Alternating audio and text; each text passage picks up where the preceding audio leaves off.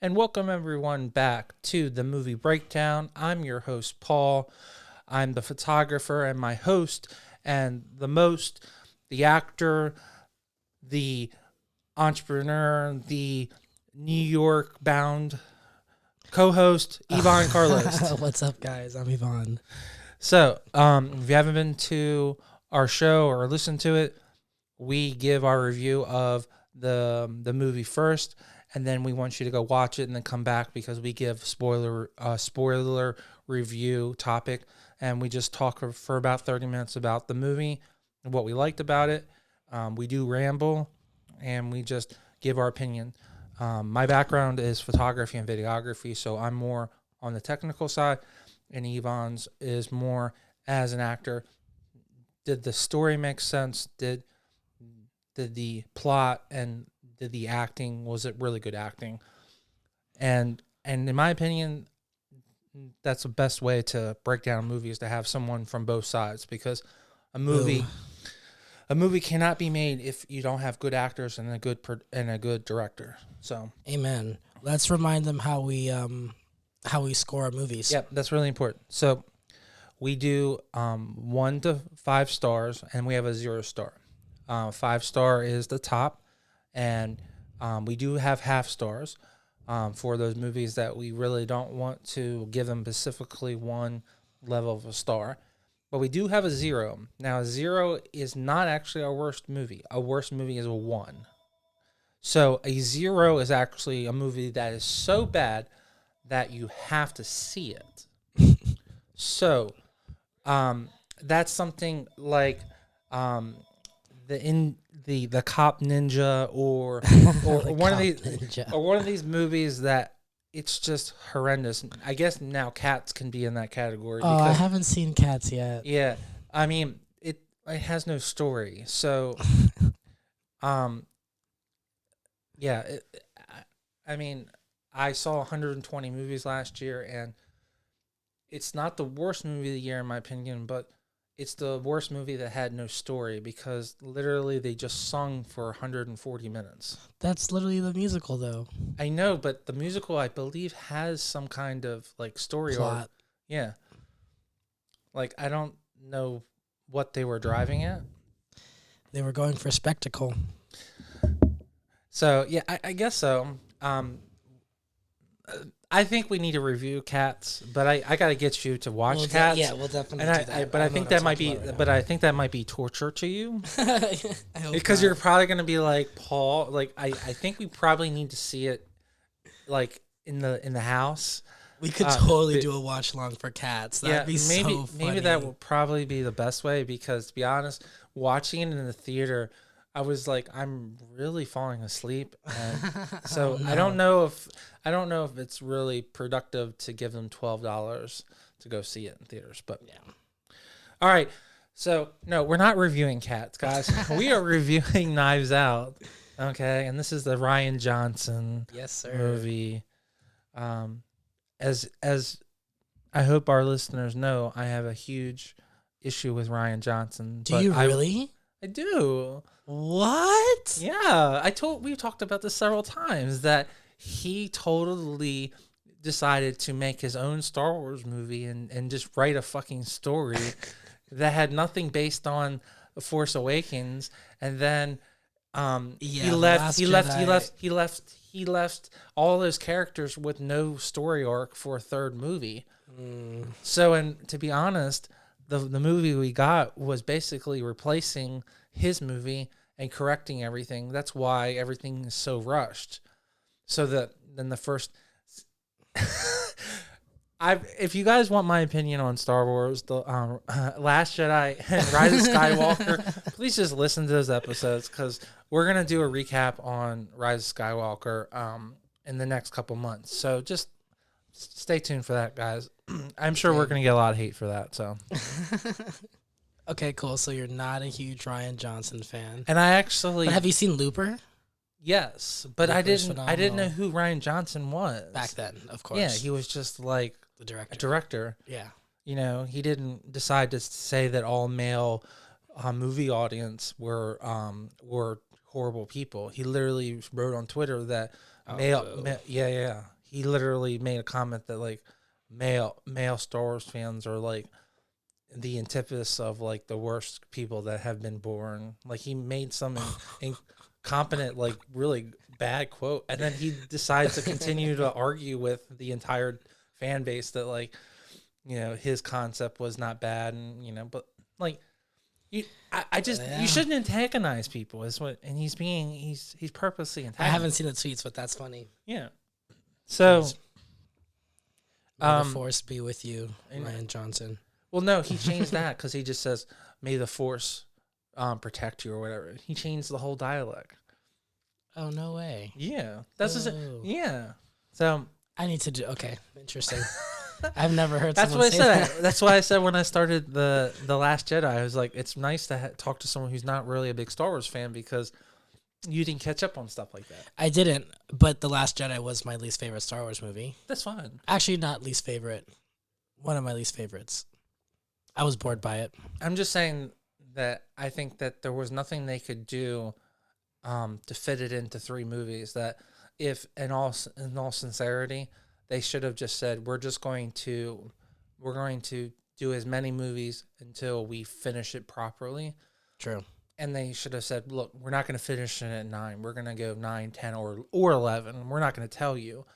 And we're going to figure it out. We're just going to we're going to go from what Ryan Johnson left us, which wasn't enough, and then we're going to go from there. So, but Knives Out. Knives Out. So, I love the cast. Phenomenal cast. All right. So, I'm really bad with names because I'll just go with their pseudo.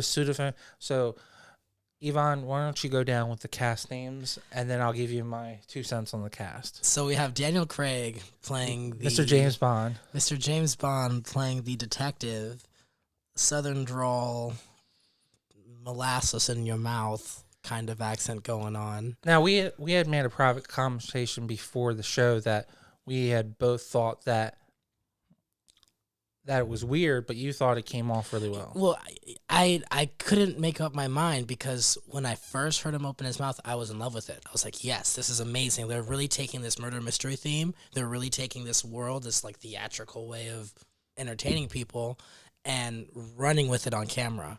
And the cast really backs that up. Like you have Daniel Craig, you have Chris Evans, you have the person who played Maria, what's her name? Ana de Armas, Jamie Lee Curtis. Like you have these huge like the girl who plays the nurse is going to be a good actress, and she's a young, fresh face. Phenomenal. And I pray that she gets more opportunities because we need more people of ethnic diversity. Dude, like that scene where you find out what actually happens between her and what's the old guy's name? Something with an H. It's Harlan. Yes. Christopher Plummer. That scene with her and Christopher Plummer where we find out what actually happens and he's saying, you need to do this to save yourself and save your family, and then he kills himself, and then she's, spoiler alert, sorry if you haven't seen the movie. Well, guys, we have addressed this is all spoilers, so. And she just starts crying, and I don't know, I watched it with a friend, and we looked over at each other, and we were like, whoa, that was heavy. Like, she's, I'm her biggest fan right now. Then you Jamie Lee Curtis, who was hilarious. She makes every movie just a spot better. Like she's one of those faces, yeah. Yeah, and then she's such a trained classical actress that if she's in the movie, that at least the dialect and the actual script was coherent because. She hasn't she's so famous? Well, no, because if you look at her list of movies, she doesn't put herself in jeopardy into a movie that it does not have. I mean, I really can't list a movie that is really, really horrible. That she's been in. Yeah. I mean, everyone has a movie that doesn't do well, but, like, I can't really think of a movie that... That's a good point. I mean, Toni look, Collette. She made Arnold Schwarzenegger actually funny and actually a good actor. In what movie? In Lie to Kill, the murder mystery, the one where she plays a housewife and Arnold Schwarzenegger is the agent.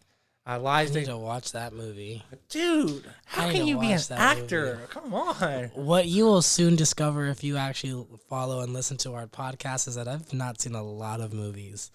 I definitely add that to the list. But moving on through the cast, I'm just my. She's a good actress, so yeah. Jamie Lee Curtis is amazing. Yeah. Amazing. Toni Collette, who plays one of the siblings, she was the I guess she was like the youngest sibling, and she was constantly like making like very like contemporary.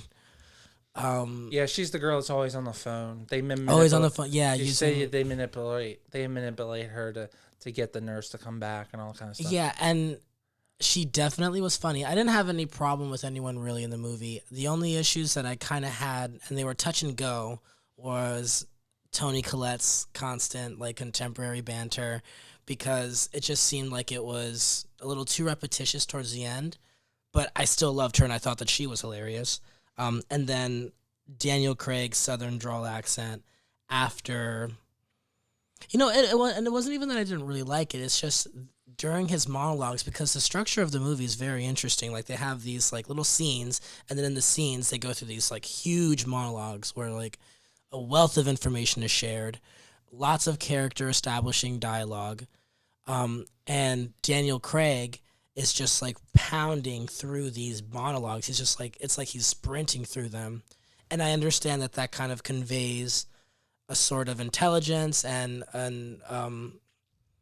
like almost like But they do unhuman that like on purpose. perception. They do that in purpose in books and movies to confuse the audience. Like if we Sure. say enough, then no one will catch us. But what he's saying is clarifying the storyline. Like what he's saying, like his monologues are very much like this happened and that happened. I'm just saying and in general. Yeah, totally. But regarding his performance with those monologues, and then also like the voiceovers, like it just made me laugh, which is okay because I thought it was funny, but it made me laugh because I thought that it wasn't good. It didn't sound. Well, the thing that made good. me just like, why are they?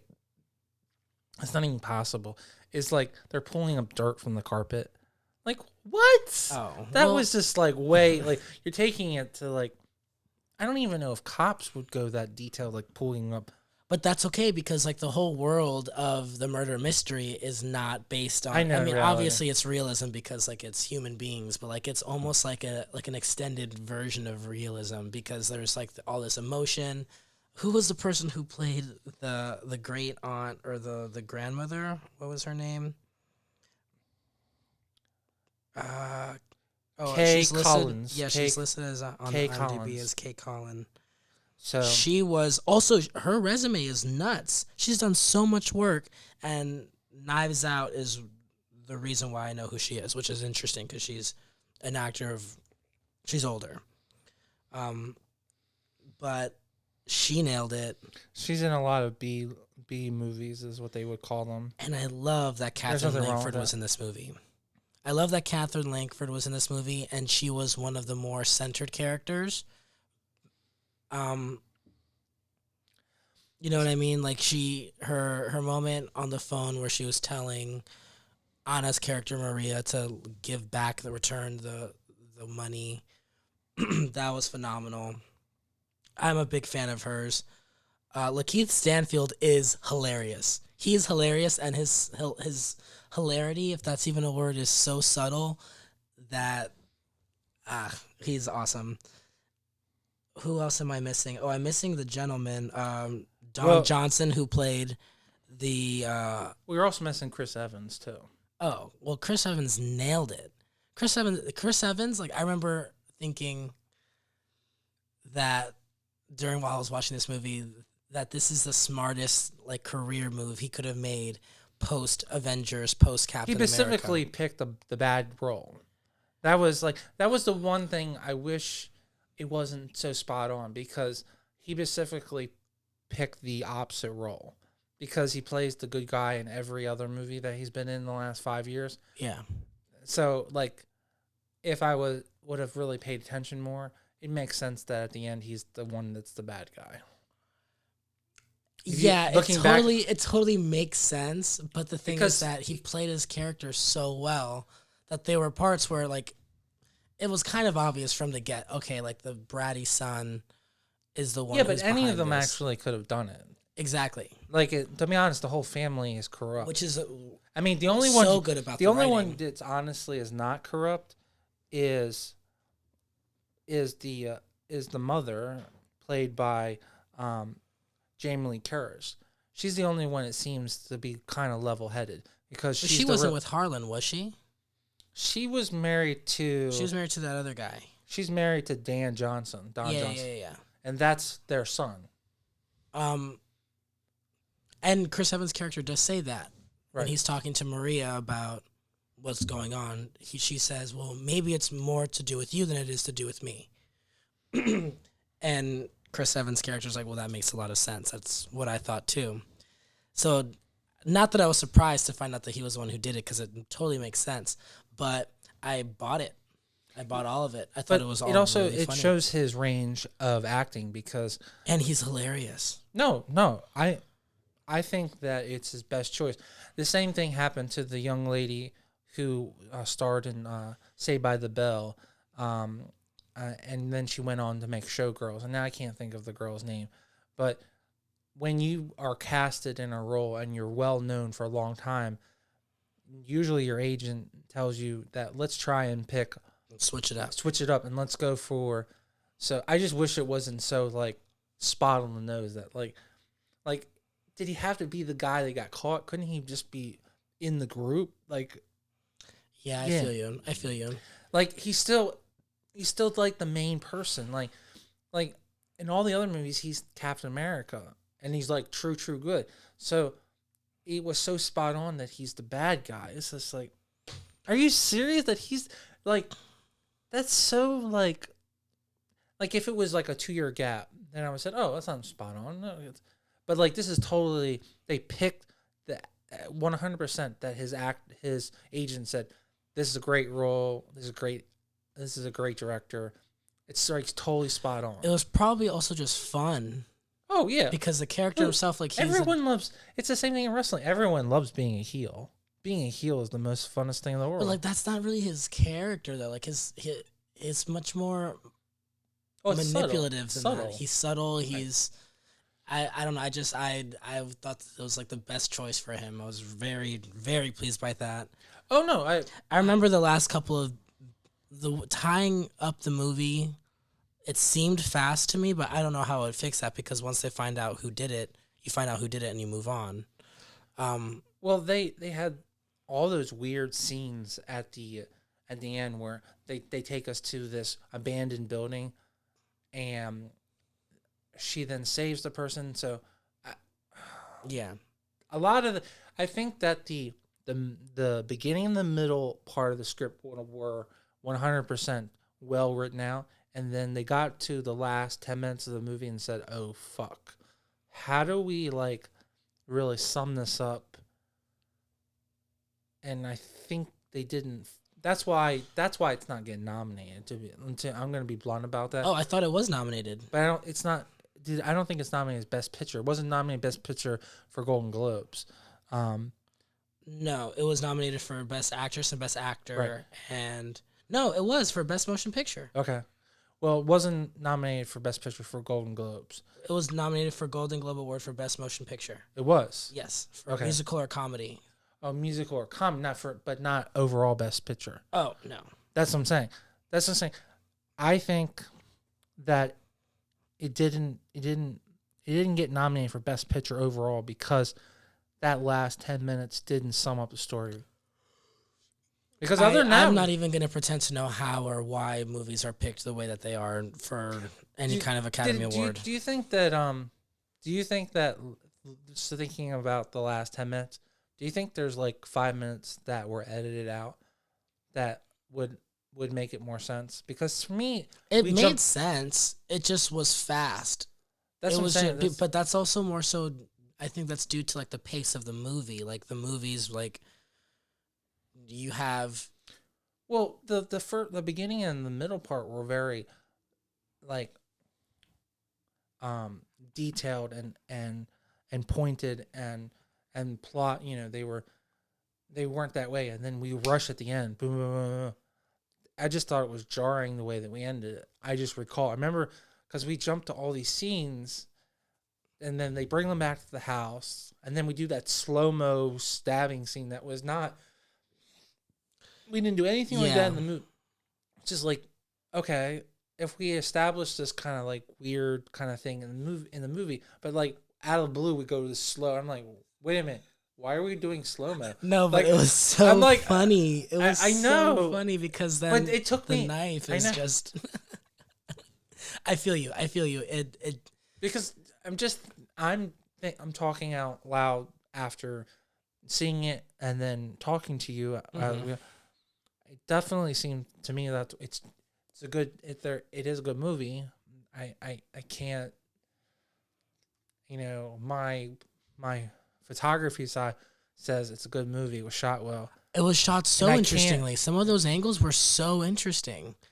Completely, like, what? What am I thinking about? Mainly outdoors when they were outside. Well, I love all the, he made sure that he shot the bedroom and her getting up multiple times with a creaking door, and then he shot both sides, the left and the right, of the nanny coming down, and then the outside. So you got the cover shot. And there were just like some random, like intense angles, like from bottom up almost, that were like fast, but were there and they were mood setting, and I thought that was phenomenal. I also like the way they introduced Daniel Craig into the movie, where he's literally in the background and they're all freaking out. They're talking to the cops, and then they keep on staring at this guy. Oh, who the fuck is that guy? And he just keeps on flicking is a quarter or a penny or, I don't even remember. Yeah. So, all right. So that's our overall assumptions of the movie. We're going to go into a couple more details as we speak longer. But what is your ratings from 0 My to... rating? Yeah, rating from 0 to 5. My rating from 0 to 5 for Knives Out is... I'm going to give it a 4.5. Okay. I thought that the movie was really well done. I thought that the actors, especially Maria, blew me away. I say 4.5 because there were some points where Daniel Craig's character and the pacing that he chose for some of the monologues were just a little too rushed. It seemed a little monotonous to me at times. But still, I loved him in the movie. I thought his character served great purpose. I thought his character was interesting. I'm interested to hear about the sequel or prequel or whatever it is that they're doing with this movie. I have no idea what that is yet. But yeah, all in all, I thought that the cast, the ensemble, you rarely see movies like that where there's an ensemble of renowned actors working together. Well, that's the thing that is drawing the idea of doing a sequel, is because now that it's a proven commodity, they're going to take Daniel Craig as the lead actor and then have a new cast of characters. Which sounds amazing. I think that's a great way to do a story. I would really love to have more of a Clue kind of movie. I don't know if you saw the 1980s Clue movie. I did as a kid, but not recently. The idea is that in theaters there was 3 endings, and then you would actually have to go to 3 different viewings to see all three endings. Wow. I like the idea of giving Daniel Craig another series.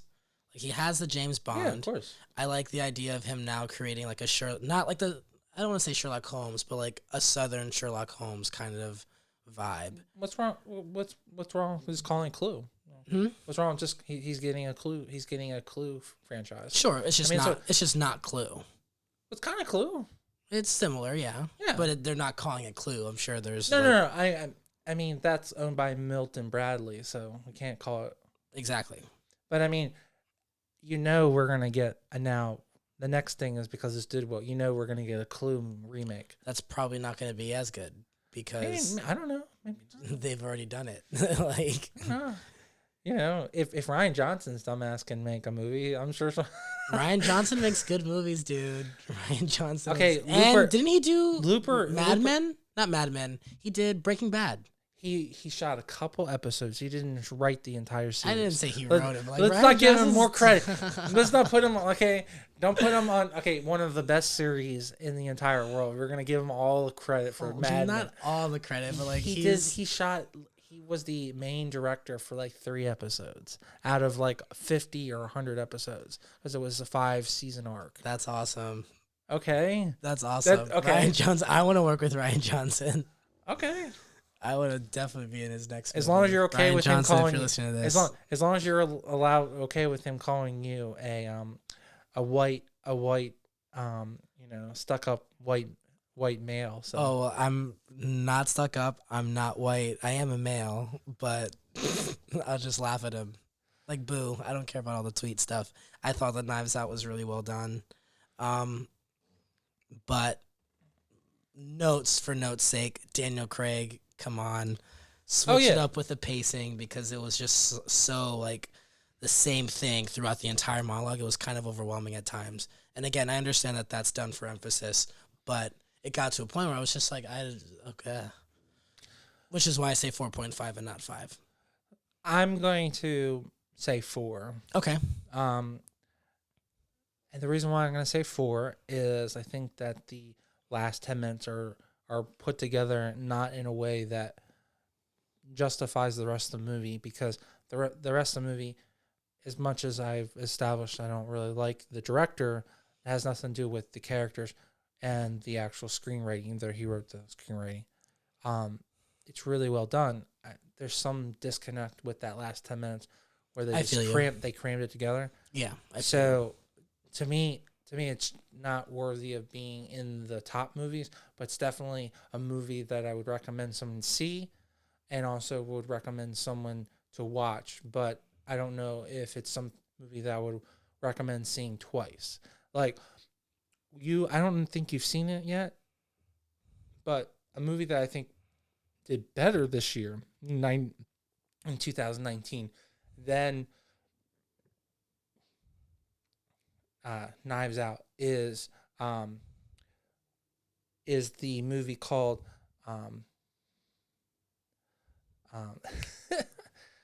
it is called shoot. Who's in it? I'm just gonna pull it up. Cool. This is where I'll cut.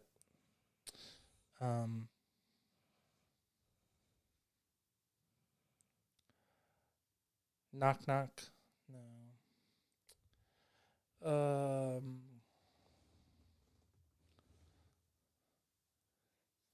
Murder movies 2019.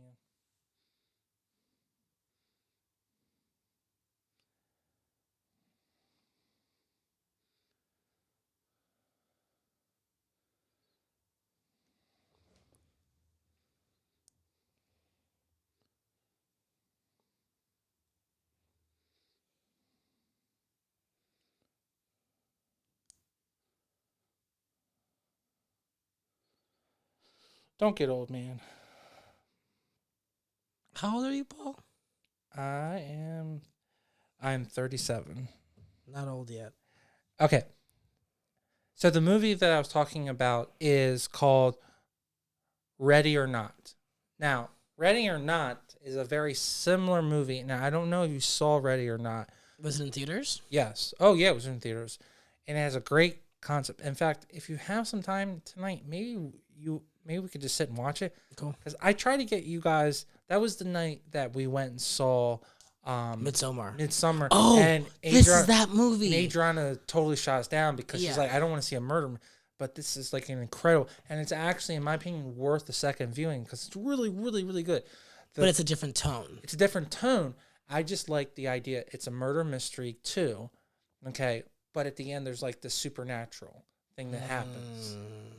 Got you. Okay? Gotcha. So I'll definitely give, that, what's it called again? Ready or Not. Ready or Not. I'll definitely give that a watch. I thought it was an incredible movie. Definitely a 4 in my opinion. 4.5.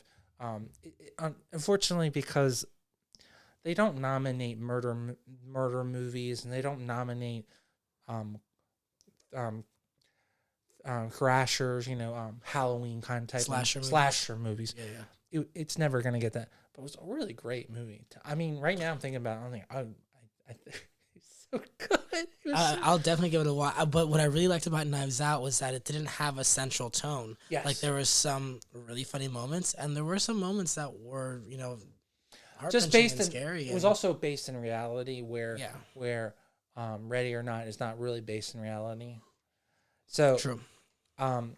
again, so Yvonne is giving it a 4.5. I'm giving it a 4. All right, so let's go into spoilers. Okay. So were you completely blown away when the father decided to slice his own throat? Like, I mean, that like picture was a lot. I mean, I wasn't. I like guess was I that was like blowing your surprised. mind?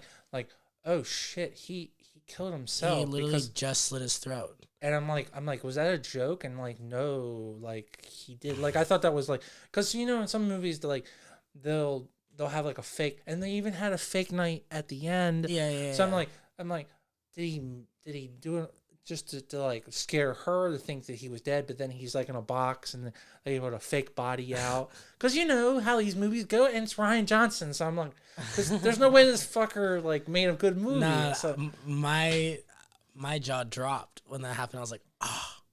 And then immediately after, you have this amazing, like, 3-4 second scene with Anna, and she's crying, and she's figuring it out. And, like, I bought it. I bought all of it. I loved it. He was super, like, it was super easy for him. It was super fast. But I rationalized that by saying, okay, well, he was ready. He was ready, and he had something to do, something to execute. And he loved her. Yeah. Well, here's the key things. He had already changed his will. Mm-hmm. See, now the thing that blew me, and maybe this is I'm just being picky as a director and a photographer. Totally. Why didn't they do a video will and let the father talk on screen and be like, you, every one of you fuckers, I'm not giving you nothing. And like the will being read by this old guy, because you still have the caretaker come in, because it's required by law that you have the auditor come in and actually bestow the showing of the will or reading of the will, so you could still have that actor and still play the same role.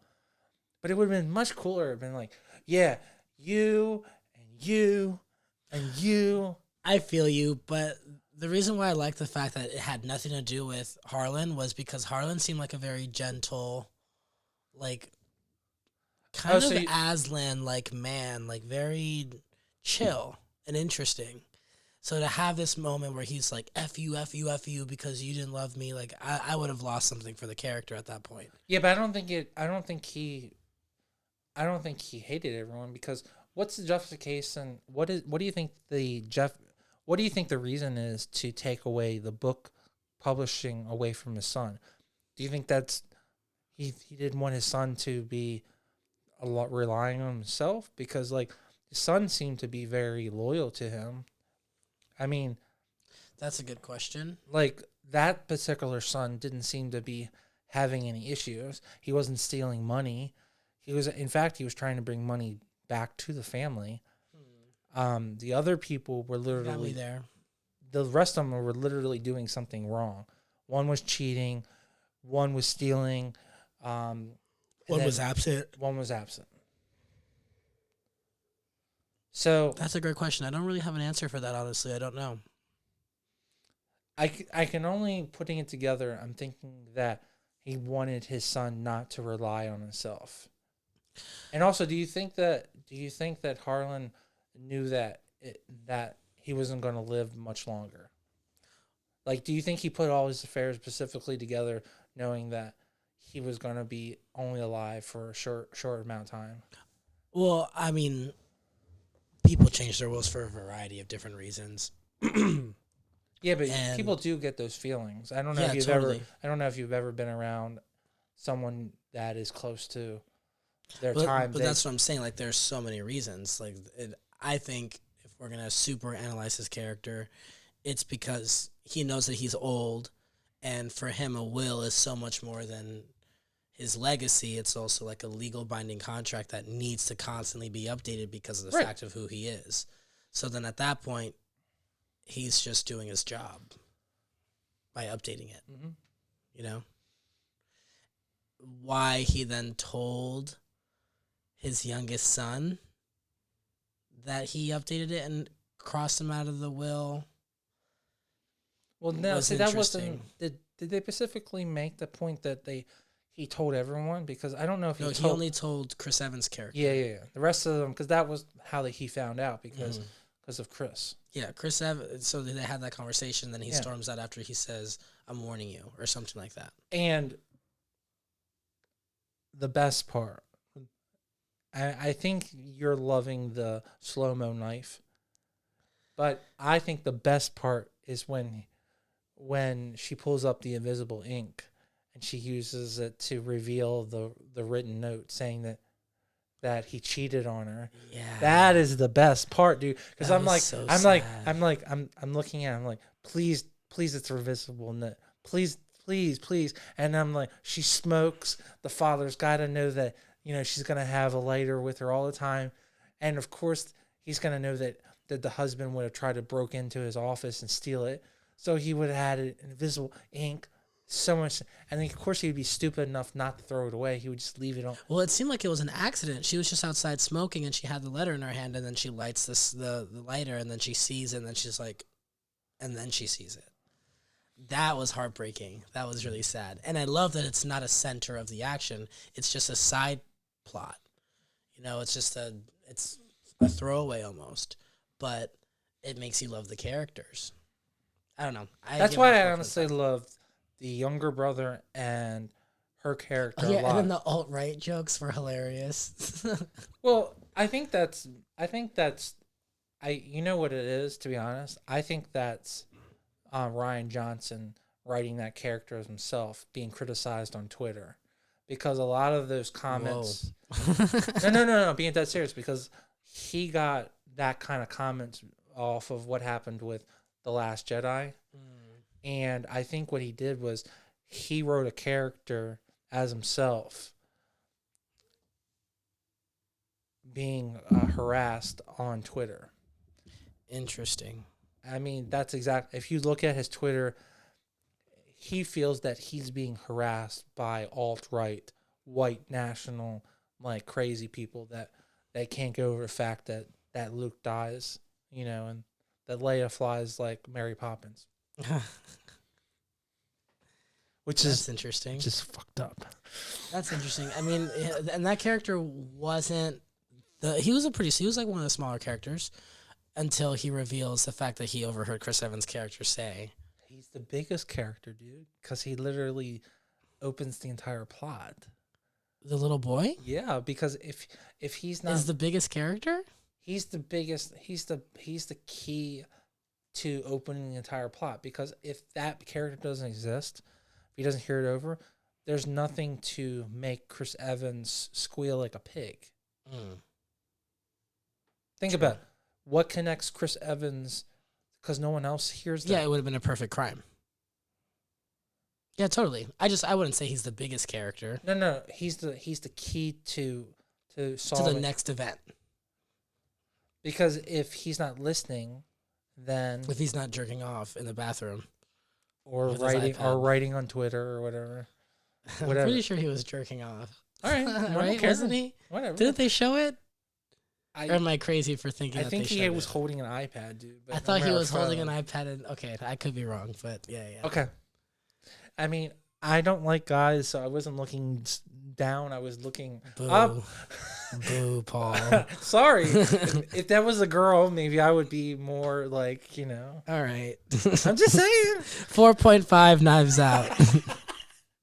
All right, so this is our review of Knives Out. Hope you guys enjoy.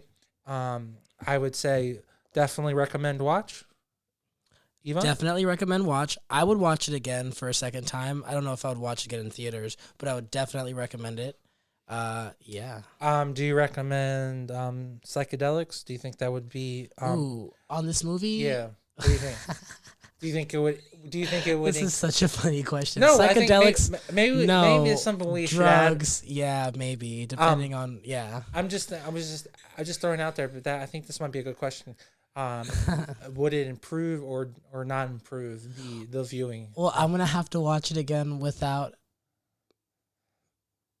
I had a brownie before I watched it. Oh, so you did okay? So it wasn't hands. Okay, cool. Yeah, it was enhanced. I haven't There's seen it nothing wrong with the without. brownies. So. I know, I love them, but I would have to watch it again So you would have without the brownie. So in all sincerity, that the brownie definitely was a good thing. You should go into having a brownie at least.